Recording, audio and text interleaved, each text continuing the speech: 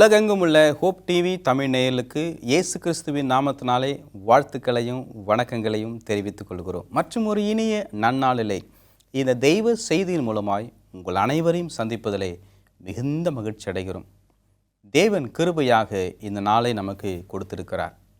இந்த நாளிலே நாம் வாக்குத்தத்தம் என்ற தலைப்பின் கீழாக அருமையான சத்தியங்களை நாம் படித்து கொண்டு இஸ்ரவேல் மக்கள் எப்படி எகிப்திலிருந்து புறப்பட்டு வனாந்திரத்தில் வழிநடத்தப்பட்டு வாக்குத்தத்தம் பண்ணப்பட்ட தேசத்துக்குள்ளாக நுழைந்து இன்றைக்கு அந்த சந்ததியின் மூலமாக ஆவிக்குரிய இஸ்ரவேலாகிய நமக்கு ஆண்டவர் கொடுக்கிற வாக்குத்தத்தங்களை நாம் படித்து கொண்டிருக்கிறோம். தேவன் உங்களையும் உங்கள் பிள்ளைகளையும் உங்கள் குடும்பத்தாரையும் ஆசீர்வதிப்பாராக. இந்த நாளின் செய்தியின் தலைப்பானது உங்கள் சந்ததிகளை ஆசீர்வதிப்பேன். தேவன் உங்கள் சந்ததிகளை ஆசீர்வதிப்பேன் என்று சொல்லி வாக்குத்தத்தம் கொடுக்கிறார். நீதிமொழிகள் 4ஆம் அதிகாரம் 4ஆம் வசனம்.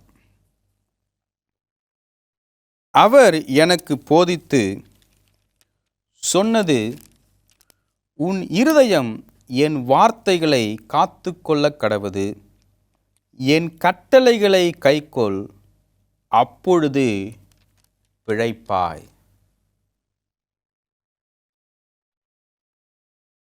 ஒரு நபர் இன்னொரு நபரிடத்தில் சொல்லுகிறார். அதனுடைய விளக்கத்தை நாம் படிப்போம். எப்பொழுதுமே ஒரு வசனத்தை எடுத்தோம்னா அதுக்கு முன்னாடி பின்னாடி வாசிக்கும் பொழுது என்ன நடக்கிறது என்பதை நாம் புரிந்து கொள்ள முடியும். என்னோடு கூட நீதிமொழிகள் 4ஆம் அதிகாரத்துக்கு வாருங்கள். பிள்ளைகளே, நீங்கள் தகப்பன் போதகத்தை கேட்டு புத்தியை அடையும்படி கவனியுங்கள்.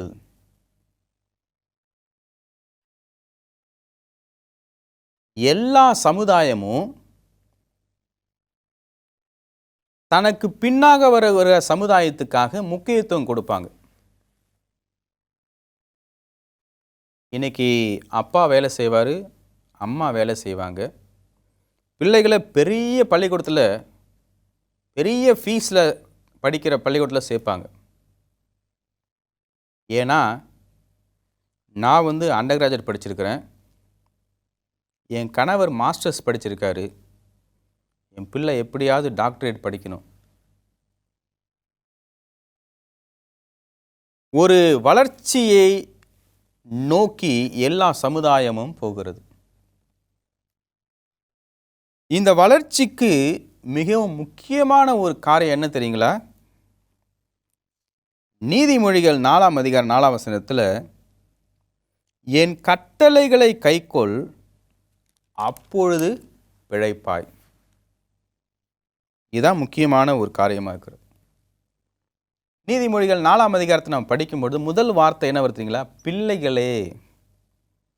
இரண்டாவது வார்த்தை, நீங்கள் தகப்பன் போதகத்தை கேட்டு புத்தியை அடையும்படி கவனியுங்கள்.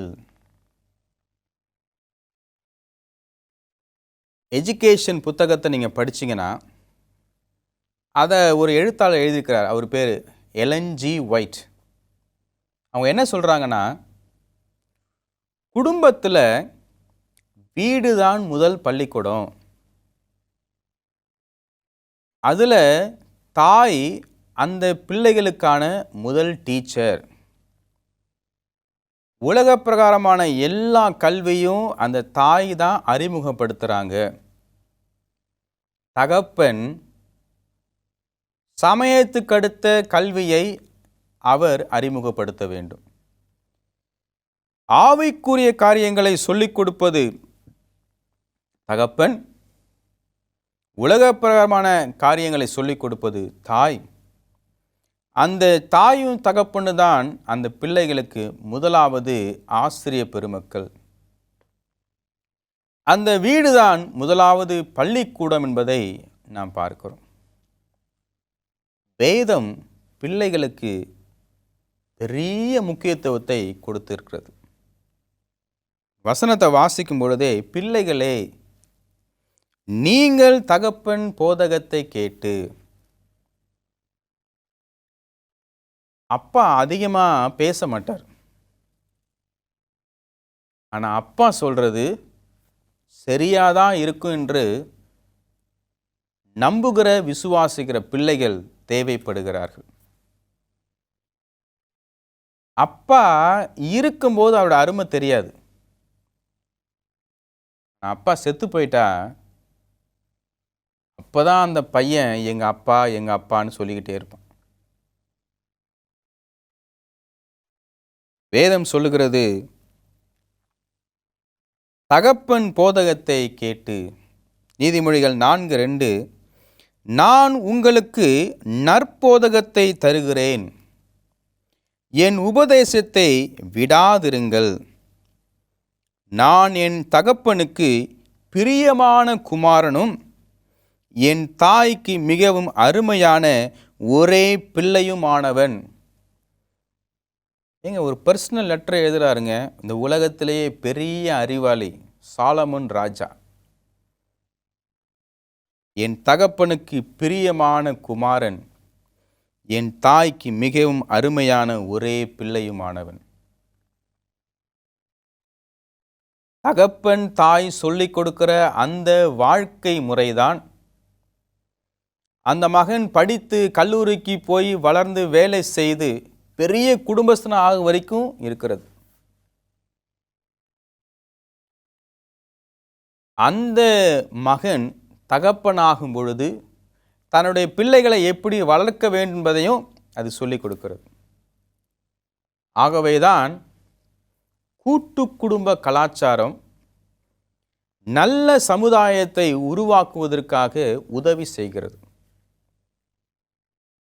அதனால் தகப்பன் பிள்ளை உறவு, தாய் பிள்ளை உறவு மிகவும் முக்கியமானது.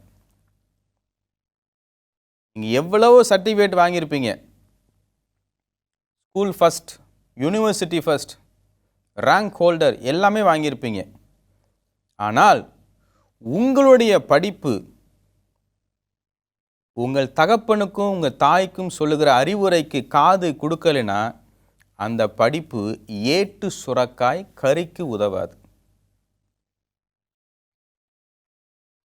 உங்கள் தகப்பனுக்கும் உங்கள் தாய்க்கும் செவி கொடுங்க. டெக்னாலஜி மாறி இருக்கலாம். அவங்க காலத்தில் ஓடி போய் ஃபோன் எடுக்கணும், ஒயர் ஃபோன், டெலிஃபோன். இந்த காலத்தில் ஸ்மார்ட் ஃபோன். இப்போ வாட்ச்லேயே பேசிக்கலாம். எதுவுமே கனெக்ட் பண்ணாமல் ப்ளூடூத் ஹெட்ஃபோன்லேயே நம்ம பேசிக்கலாம். டெக்னாலஜி வளர்ந்துச்சு, ஆனால் அடிப்படை மாறுவதே இல்லை. நான் கர்த்தர், நான் மாறாதவர் என்று சொல்லி ஆண்டவர் சொல்லுகிறார். ஆண்டவர் சொல்லிக் கொடுக்கிற காரியங்கள், நம்முடைய குணத்துக்கு அடுத்த காரியங்கள் மாறுவதே இல்லை. ஆகவேதான் என் கட்டளைகளை கைக்கொள், அப்பொழுது பிழைத்திருப்பாய். ஆண்டவர் 10 கற்பனை என்ன சொல்றாரு? உனக்கு ஆண்டவர் கொடுக்கிற தேசத்திலே, அது இந்த உலகத்தில் எங்கேனாலும் சரி, நான் ஃபாரினுக்கு போய் செட்டில் ஆக போகிறேன், நான் இங்கே போகிறேன் அங்கே போகிறேன், எங்கே போய் நீங்கள் செட்டில் ஆனாலும் சரி, ஆண்டவர் கொடுக்கிற அந்த தேசத்தில் உன் வாழ்நாட்கள் நீடித்திருப்பதற்கு உன் தாயும் உன் தகப்பனையும் கனம் பண்ணுவாயாக. இதுவே வாக்கு தத்தம் உள்ள முதலாம் பிரமாணம் என்று சொல்லியும் நான் வாசிக்கிறேன். ஆகவே இது ஒரு பெரிய பரிசு. தகப்பனும் தாயும் பிள்ளை வளர்ப்பதில் ரொம்ப கவனமாக இருங்க. பிள்ளைக்காக நான் ஓடி ஓடி சம்பாதிக்கிறேன்னு சொல்லி பிள்ளையை விட்டே ஓடி போயிடாதீங்க. நாளைக்கு பிள்ளை உங்களை விட்டு ஓடி போயிடும். வாடா வாடான்னு சொன்னாலும் வரமாட்டான். உங்களுக்கு பணத்தை மாத்திரம் அனுப்பி வச்சுட்டு நீங்கள் நல்லா இருங்கப்பான்னு சொல்லி அவன் கஷ்டப்பட்டுட்டு இருப்பான். அன்பு ஐக்கியம் இல்லாமல் அந்த குடும்பம் போயிடும். பணத்துக்கு முக்கியத்துவம் கொடுத்துருப்போம், எல்லாமே இருக்கும், நிம்மதி இல்லாமல் போயிடும். அப்படி சொடக்கு போகிற சமயத்தில் எல்லாமே நடக்கலாம். ஆனால் உறவுகள் இல்லாமல் போயிடும். ஆண்டவருடைய வார்த்தையை கேளுங்க. பிள்ளையை நீங்கள் நல்லா வளருங்க. பிள்ளைகளே நீங்கள் பெற்றோருக்கு செவி கொடுங்கள். சங்கீதம் 78 நம்ம பார்ப்போம்னு சொன்னால், இங்கே ஒரு காரியம் நமக்கு சொல்லிக் கொடுக்கப்படுகிறது. சங்கீதம் 78 ஒரு சம்பவத்தை நான் வாசிக்க விரும்புகிறேன். என் ஜனங்களே, என் உபதேசத்தை கேளுங்கள். என் வாயின் வசனங்களுக்கு உங்கள் செவிகள் சாயுங்கள். என் வாயை ஊமைகளால் திறப்பேன். பூர்வ காலத்து மறைப்பொருள்களை வெளிப்படுத்துவேன். அவைகளை நாங்கள் கேள்விப்பட்டு அறிந்தோம்.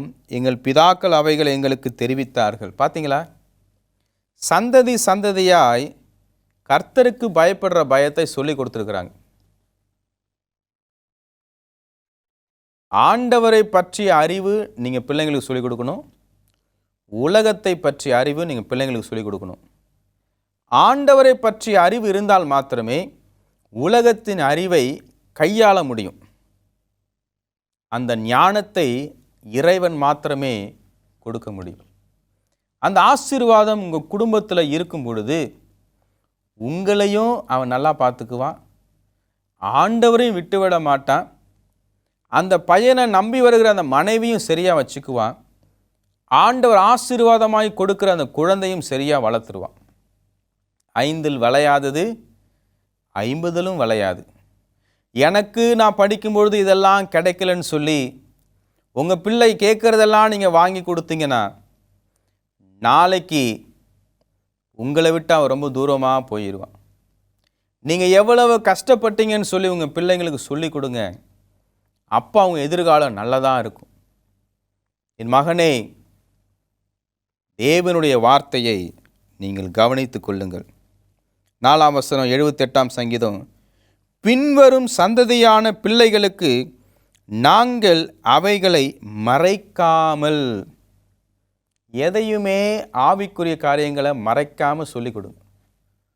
எப்படி சொல்லிக் கொடுக்க முடியும்? குடும்ப ஜெபம் அவசியம். பேக் டு தி ஆல்டர் என்று சொல்லிக்கிட்டே இருக்கிறாங்க. இன்றைக்கி எல்லாரும், உலகத்தில் எல்லாரும் மக்கள் அதிகமாக அட்வென்டிஸ் ஆகிட்டாங்க. ஆனால் அவங்க உண்மையாக இருக்கிறாங்களா? கணவன் மனைவி உறவு எப்படி இருக்கிறது? பிள்ளைகளுடைய உறவு எப்படி இருக்கிறது? எங்கே தெரியும்? குடும்ப ஜெபத்தில் தான் தெரியும். ஐயோ, நான் இன்னும் கொஞ்சம் நேரம் உட்கார்ந்து நான் வேலை செஞ்சேன்னா எக்ஸ்ட்ரா ஒரு 10,000 வருமேன்னு சொல்லி குடும்ப ஜெபத்தை சாக்ரிஃபைஸ் பண்ணாதீங்க. நாளைக்கு பிள்ளை பண்ணுற தப்புக்கு 1,00,000 ரூபா நீங்கள் செலவு பண்ணுறதா இருக்கும். நீங்கள் பிள்ளைகளிடத்தில் நேரத்தை இன்வெஸ்ட் பண்ணுங்க. அந்த நேரம் அவங்களுடைய எதிர்காலத்துக்கு பெரிய பெரிய முதலீடாக இருக்கும்.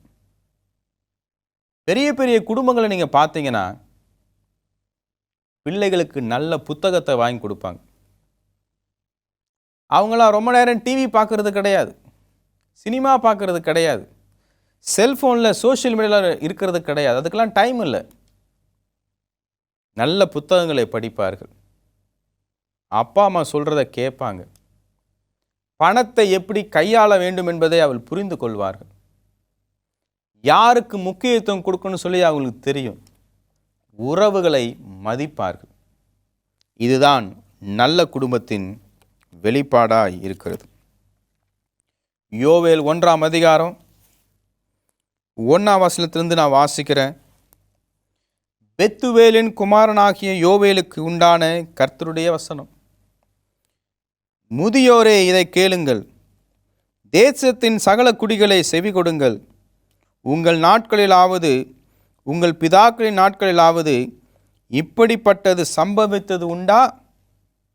இதன் செய்தியை உங்கள் பிள்ளைகளுக்கு தெரிவியுங்கள். இதை உங்கள் பிள்ளைகள் தங்கள் பிள்ளைகளுக்கும் அவர்கள் தங்கள் பிள்ளைகளுக்கும் சந்ததியாருக்கும் தெரிவிக்க கடவர்கள். பார்த்தீங்களா? எந்த வேல்யூவாக இருந்தாலும் அந்த பிள்ளைகளுக்கும் சொல்லிக் கொடுக்க வேண்டும் என்று சொல்லி ஆண்டவர் அருமையாக இங்கே நமக்கு வெளிப்படுத்துகிறதை நாம் பார்க்கிறோம்.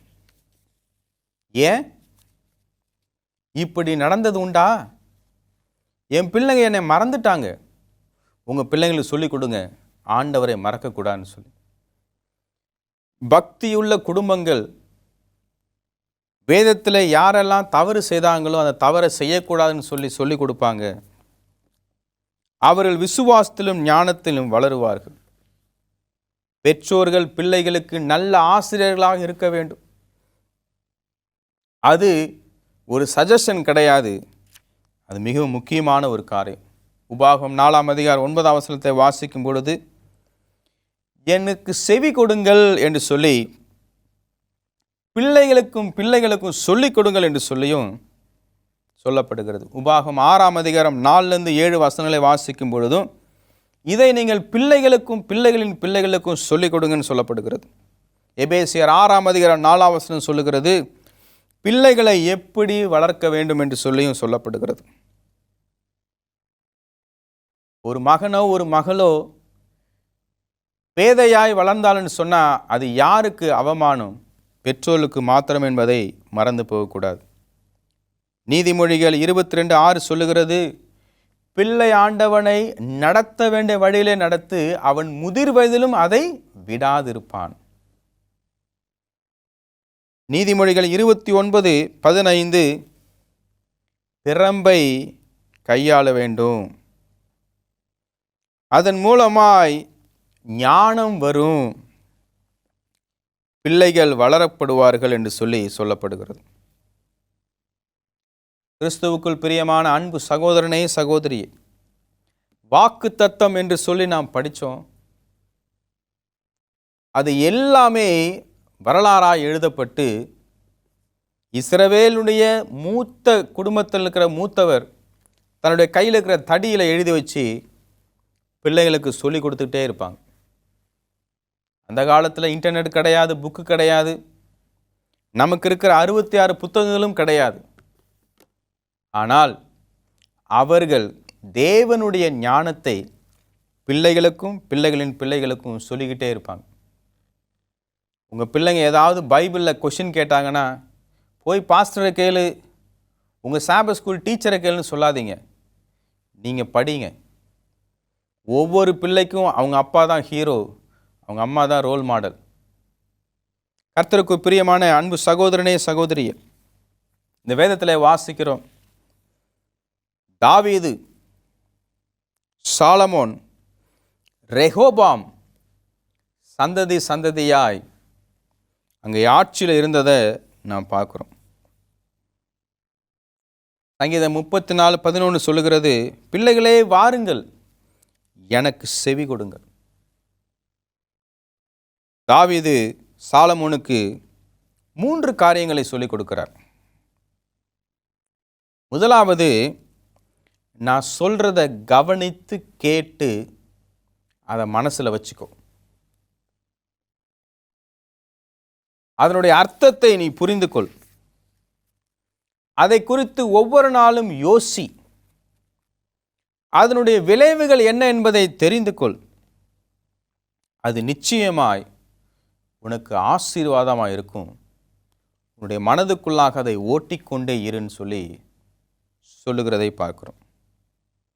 இரண்டாவது, என் கற்பனைகளை கடைப்பிடி. கேட்பது மாத்திரம் போதாது, தகப்பன் சொன்ன அந்த ஆலோசனையை நாம் கடைப்பிடிக்க வேண்டும். அதே மாதிரி தேவனுடைய வார்த்தையை கேட்பது மாத்திரம் போதாது, அதை நம்முடைய வாழ்க்கையில் கடைப்பிடிக்க வேண்டும் என்று சொல்லப்படுகிறது.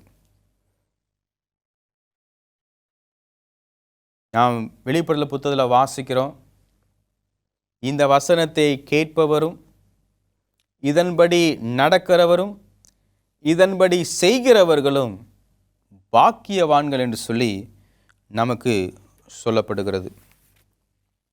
நம்முடைய கவனத்தை யாக்கோபுக்கு திருப்புவோம்.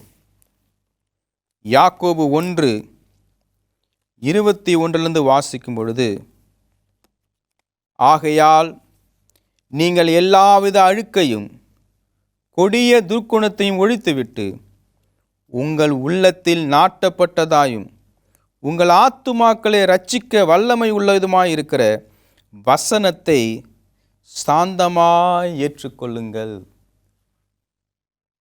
கர்த்தருடைய வார்த்தையை நீங்கள் சாந்தமாய் ஏற்றுக்கொள்ள வேண்டும்.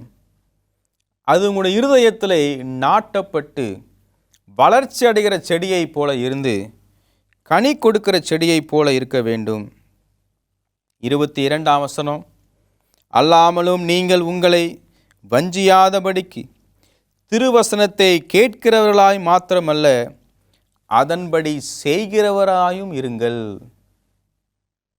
ஒவ்வொரு முறையும் ஆலயத்துக்கு செல்லும் பொழுதும், ஒவ்வொரு முறை வேதம் வாசிக்கும் பொழுதும், ஒவ்வொரு முறை உங்களுடைய தகப்பன் தாய் உங்களுடைய மூப்பர்கள் பேசும் பொழுதும் அந்த வசனங்களை கேட்டு அதன்படி செய்கிறவர்களாய் இருங்கள் என்று சொல்லி வேதம் சொல்லுகிறது. யாக்கோபு 1:23, எண்ணத்தினாலெனில் ஒருவன் திருவசனத்தை கேட்டு அதன்படி செய்யாதவனானால் கண்ணாடியிலே தன் சுபாவ முகத்தை பார்க்கிற மனுஷனுக்கு ஒப்பாயிருப்பான். அவன் தன்னைத்தானே பார்த்து அவ்விடமிட்டு போனவுடனே தன் சாயல் இன்னதென்பதை மறந்து விடுவான்.